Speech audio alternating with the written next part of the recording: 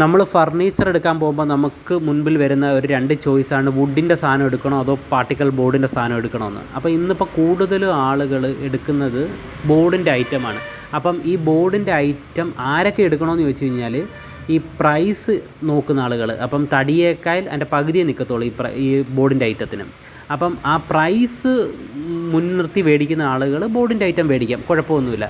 അതുപോലെ തന്നെ ഈ ചെറിയ കുറച്ച് ഷോർട്ട് പീരീഡായിട്ട് ഉപയോഗിച്ച് അല്ലെ കളയാൻ എന്നുള്ള രീതിയിൽ, കാരണം ഇപ്പോൾ ഹോസ്റ്റലിലേക്കൊക്കെ ചെറിയ രീതിയിൽ ഇപ്പോൾ 2 വർഷം താമസിച്ചിട്ട് ഇത് ഉപയോഗിച്ചിട്ട് ഒഴിവാക്കുന്ന അങ്ങനെയുള്ള ആളുകൾക്ക് പ്രൈസിൻ്റെ വെച്ച് നോക്കുമ്പോഴും ബോർഡിൻ്റെ ഐറ്റം കുഴപ്പമൊന്നുമില്ല.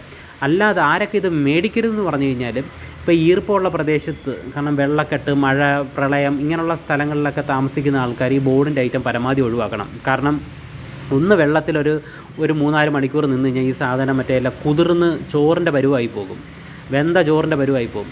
അപ്പോൾ അങ്ങനെയുള്ള ആളുകൾ ഈ സാധനം ഒഴിവാക്കണം.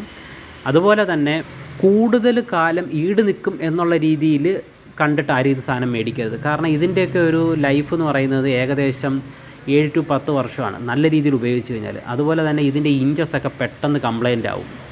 കാര്യം എന്ന് പറഞ്ഞു കഴിഞ്ഞാൽ ഇപ്പോൾ കൊച്ചു പിള്ളേരൊക്കെ ഉള്ള ആൾക്കാരാണെങ്കിൽ ഇതിൻ്റെ അലമാരയൊക്കെ ഡോറിലൊക്കെ കയറി തൂങ്ങിയടിക്കുകയൊക്കെ ചെയ്ത് കഴിഞ്ഞാൽ പെട്ടെന്ന് ഇത് പണിയായി പോകും. അപ്പോൾ അങ്ങനെയുള്ള ആളുകളും ഈ സാധനം മേടിക്കുന്നതിൽ നിന്നും പരമാവധി ഒഴിവാക്കണം.